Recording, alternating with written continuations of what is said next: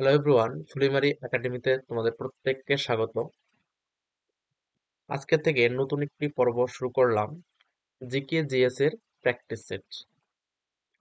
সামনে তোমাদের অনেকগুলো এক্সাম আছে। এই প্র্যাকটিস সেটটি কোন কোন পরীক্ষার জন্য কাজে লাগবে?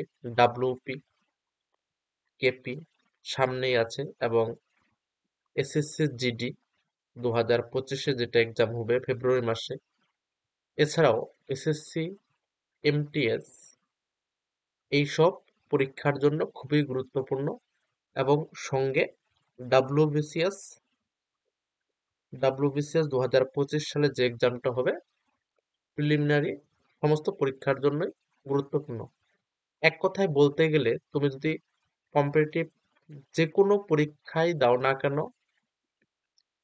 সমস্ত পরীক্ষার জন্যই খুবই গুরুত্বপূর্ণ হবে এই প্র্যাকটিস সেটগুলো। আমি সেইভাবেই কোশ্চেন নিয়ে আসবো, ঠিক আছে? সামনে এনটিপিসি আছে এবং গ্রুপ ডি আসবে। রেলের যেসব পরীক্ষা হবে সমস্ত পরীক্ষার জন্যই খুবই গুরুত্বপূর্ণ, এবং এটা হবে সাবজেক্ট ওয়াইজ।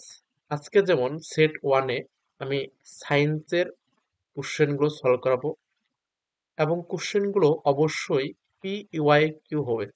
পিওয়াইকিউ অর্থাৎ প্রিভিয়াস ইয়ার্স কোশ্চেন্স, অর্থাৎ বিগত বছরের কোনো না কোনো পরীক্ষায় এসেছে সেই সব কোশ্চেনগুলোই তোমাদের সামনে উপস্থাপন করব। ক্লাসগুলো খুব ইম্পর্টেন্ট হবে, ঠিক আছে? ধৈর্য ধরে ক্লাসগুলো দেখবে। আমি আজকে যেমন নিয়েছি সায়েন্সের WP lady constable preliminary exam হয়েছিল 2023 সালে। সেখানে সায়েন্স থেকে টোটাল 12টি কোশ্চেন এসেছিল। সেই 12টি কোশ্চেন নিয়ে আলোচনা করব, এবং সঙ্গে ব্যাখ্যা থাকবে। খুব ইনফরমেটিভ ক্লাস হবে, তাই ক্লাসটি প্রথম থেকে দেখো। ঠিক আছে, চলো শুরু করি। প্রথম কোশ্চেন আছে, প্রত্যেক ক্রিয়ার সমান ও বিপরীতমুখী প্রতিক্রিয়া থাকে। সমান ও বিপরীতমুখী, এটা দেখেই বোঝা যাচ্ছে এটা নিউটনের কোন গতিসূত্র? প্রথম, তৃতীয়, চতুর্থ না দ্বিতীয়? কোনটা হবে? উত্তর হবে তৃতীয়, ঠিক আছে? Option B. উত্তর হচ্ছে বি, ঠিক আছে? বি, তৃতীয়। আমরা প্রথম গতিসূত্র থেকে কি জানতে পারি? বলের সংজ্ঞা এবং জাড্ডের ধর্ম সম্পর্কে আমরা জানতে পারি। তাহলে প্রথম সূত্র থেকে বলের সংজ্ঞা এবং জাড্য সম্পর্কে আমরা কোন সূত্র থেকে জানতে পারি? নিউটনের প্রথম গতিসূত্র, ঠিক আছে? নিউটনের প্রথম গতিসূত্রটি কি?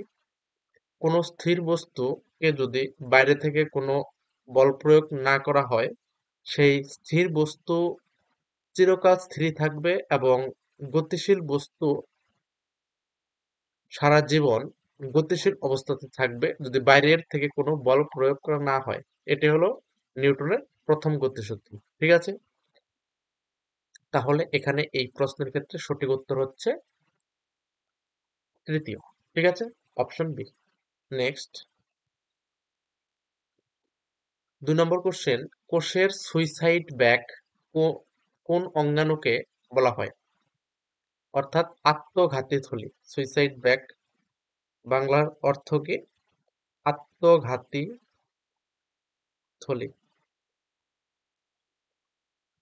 হাতের লেখা একটু অস্পষ্ট হতে পারে, তোমরা ম্যানেজ করে নিও।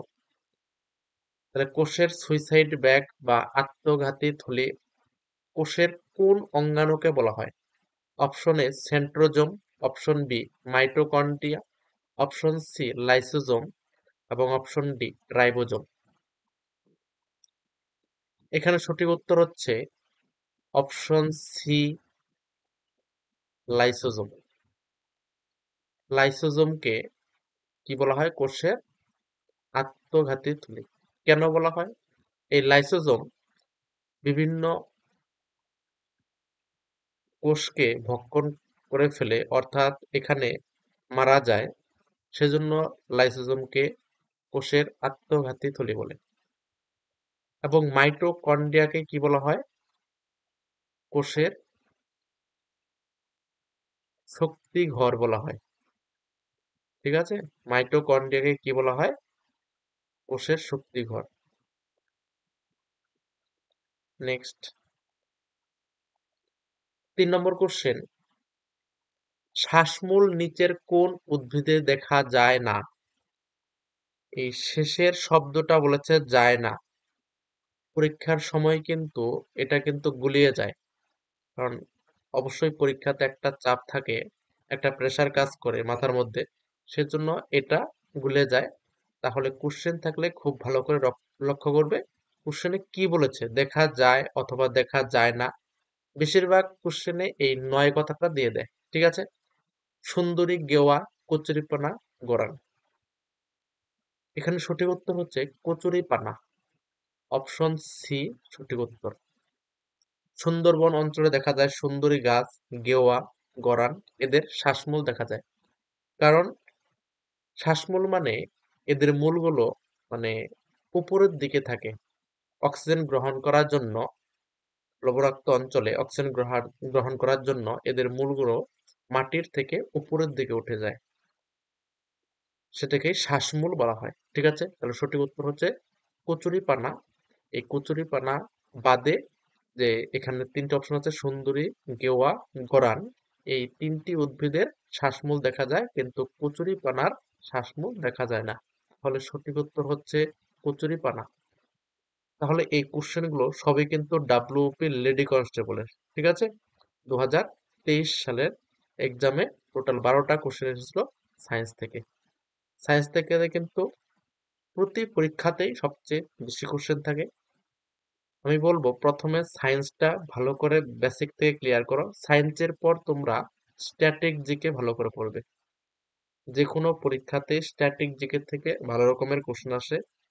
তারপর কি কমপ্লিট করবে? হিস্টোরি, হিস্টোরি থেকেও অনেকগুলো কোশ্চেন আসে।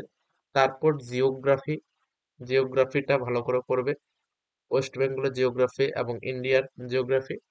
তারপর পলিটি এবং ইকোনমিটা বেসিক জানলেই হবে। ঠিক আছে, ইকোনমি। এখান থেকে হাইস্টলি সব পরীক্ষাতেই গড়ে দেখা যায়, মানে ডাব্লিউবিসিএস বাদে যে আদার যে কম্পিটিটিভ এক্সাম গুলো হয়, সেখান থেকে 3-4টা করে পলিটি বা ইকোনমি থাকে, এবং এগুলো কিন্তু থেকে কিন্তু ভালো রকমের কোশ্চেন থাকে। ঠিক আছে, তাহলে এই সাবজেক্ট গুলোতে কিন্তু অবশ্যই স্ট্রং থাকতে হবে, science, static GK, history, geography. এবং ডাব্লিউপির যে এক্সাম গুলো হয় কারেন্ট অ্যাফেয়ার্স থাকে, কারেন্ট অ্যাফেয়ার্স বেশি একটা থাকে না, 2 থেকে 3 নম্বর থাকে কারেন্ট অ্যাফেয়ার্স এর ক্ষেত্রে। ঠিক আছে, সেইভাবে প্রিপারেশন নাও, চ্যানেলের সঙ্গে তোমরা যুক্ত থাকতে পারো, চ্যানেলে বিভিন্ন কিছু প্রোভাইড করা হবে। নেক্সট 3 নম্বর, চাপ প্রয়োগের ফলে বরফের গলে যাওয়া এবং চাপ উঠিয়ে নিলে পরে আবার কঠিন অবস্থায় ফিরে আসার ঘটনাকে কি বলা হয়? অপশন এ কঠিনীভবন, অপশন বি বাষ্পীভবন, ঘনীভবন, না পুনঃশীলীভবন। কি বলছে? চাপ প্রয়োগের ফলে বরফটা গলে যায়, আবার যদি চাপ নিয়ে নেওয়া হয় তাহলে আবার বরফে পরিণত হয়, এটাকে কি বলা হয়? এটাকে বলা হয় পুনঃশীলীভবন।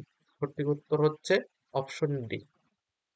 ঠিক আছে, কারণ মানে আগের অবস্থায় ফিরে আসে, সেজন্য পুনঃ মানে আবার, এইভাবে মনে রাখতে পারো। মানে উত্তর হচ্ছে অপশন ডি, পুনঃশীলীভবন। নেক্সট 4 নম্বর, বিমানের কাঠামো নির্মাণে নিচের কোন ধাতুটির ব্যবহার সর্বাধিক? লোহা, নিকেল, অ্যালুমিনিয়াম, না তামা? এখানে সঠিক উত্তর হবে অ্যালুমিনিয়াম, অপশন সি সঠিক উত্তর।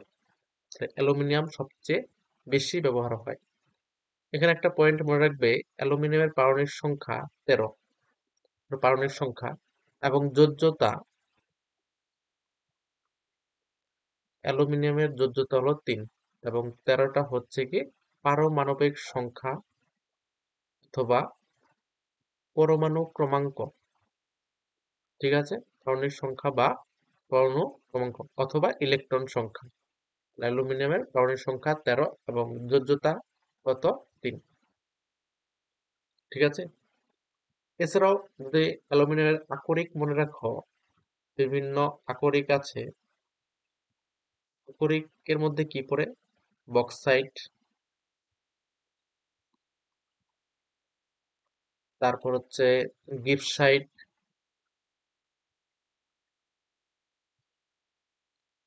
তারপর হচ্ছে ক্রায়োলাইট, ক্রায়োলাইট, তারপর হচ্ছে ডায়াসপোর। এই কটার নাম মনে রাখবে পরীক্ষার জন্য, ভেরি ভেরি ইম্পর্টেন্ট, ঠিক আছে? অ্যালুমিনিয়ামের আকরিক। এবং লোহার আকরিক যদি মনে রাখো, হেমাটাইট,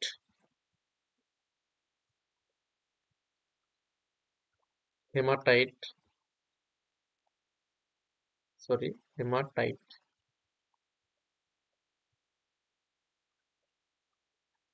হেমাটাইট, তারপর হচ্ছে সিডেরাইট,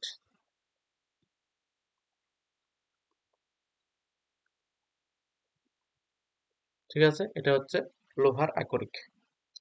তাহলে এখানে সঠিক উত্তর হচ্ছে অপশন সি, অ্যালুমিনিয়াম। নেক্সট বলছে নিচের কোনটি পটাশিয়াম নাইট্রেটের রাসায়নিক সংকেত? কোনটা হবে? পিএনও, পিএসএনও2, SnO3, না KNO3? সঠিক উত্তর হচ্ছে অপশন ডি, KNO3। কে মানে কি? পটাশিয়াম, ঠিক আছে? পটাশিয়াম এইভাবে মনে রাখতে পারো ভেঙে ভেঙে। এবং NO3 সমান সমান নাইট্রেট, এইভাবে মনে রাখতে পারো। Potassium nitrate, KNO3। Next, thyroxine hormone, এটা একটা প্রাণী হরমোন, কোন গ্রন্থি থেকে ক্ষরিত হয়? পিটুইটারি, থ্যালামাস, হাইপোথ্যালামাস, নাকি থাইরয়েড? কোনটা সঠিক উত্তর হবে? এখানে সঠিক উত্তর হচ্ছে option D, thyroid. Option D, thyroid. Thyroid গ্রন্থি থেকে থাইরক্সিন হরমোন ক্ষরিত হয়। বিভিন্ন হরমোনের কম ক্ষরণ বা অধিক ক্ষরণে বিভিন্ন রোগ হয়। থাইরক্সিন হরমোনের কম ক্ষরণে কি রোগ হয়? থাইরক্সিন কম ক্ষরণে মূলত কি রোগ হয়? গলগণ্ড রোগ হয়। যদি বলে কোন মৌলের অভাবে গলগণ্ড রোগ হয়, যদি মৌল বলে তাহলে উত্তর হবে আয়োডিন, ঠিক আছে? আয়োডিনের অভাবে কি হয়? গলগণ্ড রোগ হয়। এবং যদি হরমোন বলে তাহলে থাইরক্সিনের কম কারণে গলগণ্ড রোগ হয়। এবং মনে রাখবে পিটুইটারি গ্রন্থিকে কি গ্রন্থি বলা হয়? প্রভু গ্রন্থি বা মাস্টার গ্ল্যান্ড। এবং প্রভু গ্রন্থি কাকে বলা হয়? হাইপোথ্যালামাসকে। হাইপোথ্যালামাসকে কি বলা হয়? প্রভু গ্রন্থির প্রভু, হাইপোথ্যালামাসকে। এবং হাইপোথ্যালামাস থেকে আরেকটা পয়েন্ট মনে রাখবে, দৈহিক তাপমাত্রা নিয়ন্ত্রণ করে। দৈহিক তাপমাত্রা নিয়ন্ত্রণ করে, ঠিক আছে? মস্তিষ্কের একটা অংশ। এবং দৈহিক তাপমাত্রা নিয়ন্ত্রণ করে হাইপোথ্যালামাস। যদি বলে দেহের ভারসাম্য রক্ষা করে মস্তিষ্কের কোন অংশ? তোমরা কমেন্টে এটা বলবে। এটা হোমওয়ার্ক দিলাম তোমাদের জন্য। দেহের ভারসাম্য, দেহের ভারসাম্য নিয়ন্ত্রণ করে মস্তিষ্কের, মস্তিষ্কের কোন অংশ? ঠিক আছে? এটা হচ্ছে তোমাদের জন্য হোমওয়ার্ক। কমেন্টে অবশ্যই জানাবে। দেহের ভারসাম্য নিয়ন্ত্রণ করে মস্তিষ্কের কোন অংশ? অ্যান্সারটা সবাই কমেন্ট করে জানাবে। আমি নেক্সট ক্লাসে আমি এটা উত্তর দিয়ে দেব। দেহের ভারসাম্য নিয়ন্ত্রণ করে মস্তিষ্কের কোন অংশ? এই ক্লাসটা এখন থেকে প্রতিদিন প্রতিদিন 7 AM হবে। অবশ্যই ক্লাসটা ভালো লাগলে তোমাদের মাঝে শেয়ার করবে, প্রচুর পরিমাণে শেয়ার করবে, তোমাদের যাতে ভালো ভালো কোশ্চেন প্রোভাইড করতে পারি সেইভাবে তোমরা তোমাদের বন্ধুদের কাছে শেয়ার করে দেবে। ঠিক আছে, নেক্সট 7 নম্বর, নিচের কোনটি ভূনিম্নস্থ কাণ্ডের উদাহরণ নয়? দেখেছো এখানেও বলছে নয়, সেজন্যই বলছি এই নেগেটিভ কোশ্চেন গুলো বেশি পরিমাণে আসে। ঠিক আছে, আলু, ওল, ফুলকপি, আদা। ভূনিম্নস্থ মানে কি?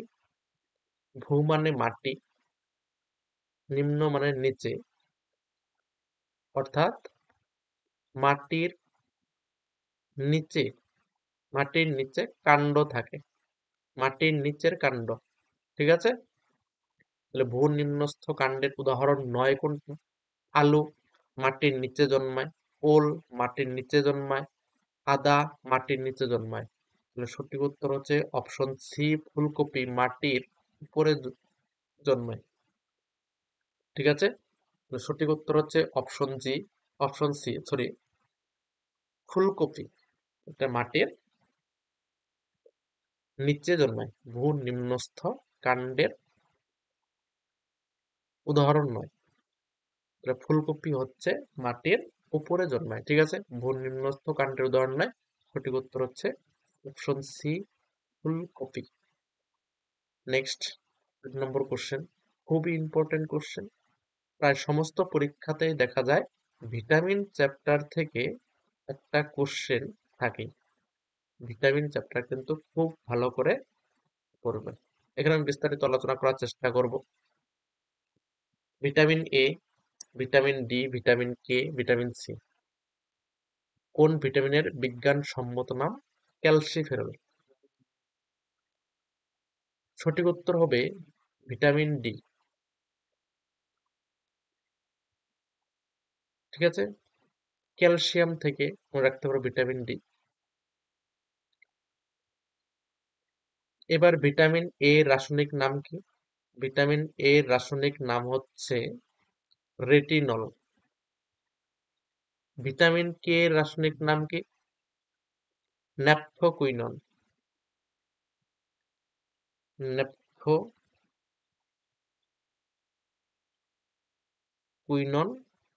বা হাইলোকুইনন। ন্যাপথোকুইনন বা হাইলোকুইনন। ঠিক আছে, এবং ভিটামিন সি এর রাসায়নিক নাম কি? Ascorbic acid. ইনফরমেশন গুলোও কিন্তু সমস্ত পরীক্ষার জন্য খুবই গুরুত্বপূর্ণ কিন্তু। Ascorbic acid.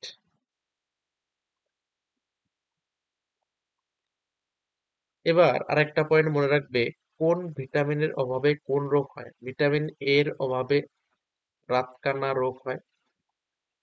হয়তো অনেকে এই কোশ্চেন গুলো জানো, তাদের কিন্তু রিভিশন হয়ে যাবে। ঠিক আছে, ভিটামিন ডি এর অভাবে রিকেট রোগ হয়, শিশুদের রিকেট রোগ হয়, এবং বয়স্ক ব্যক্তিদের অস্টিওম্যালেশিয়া রোগ হয়। ঠিক আছে, অস্টিওম্যালেশিয়া অর্থাৎ হাড় বেঁকে যায়। ঠিক আছে, রিকেট এবং অস্টিওম্যালেশিয়া। ভিটামিন কে এর অভাবে কি হয়? রক্ততঞ্চন ব্যাহত হয়। এটা আমি এইখানে লিখে দিচ্ছি তীর দিয়ে, রক্ততঞ্চন ব্যাহত হয়।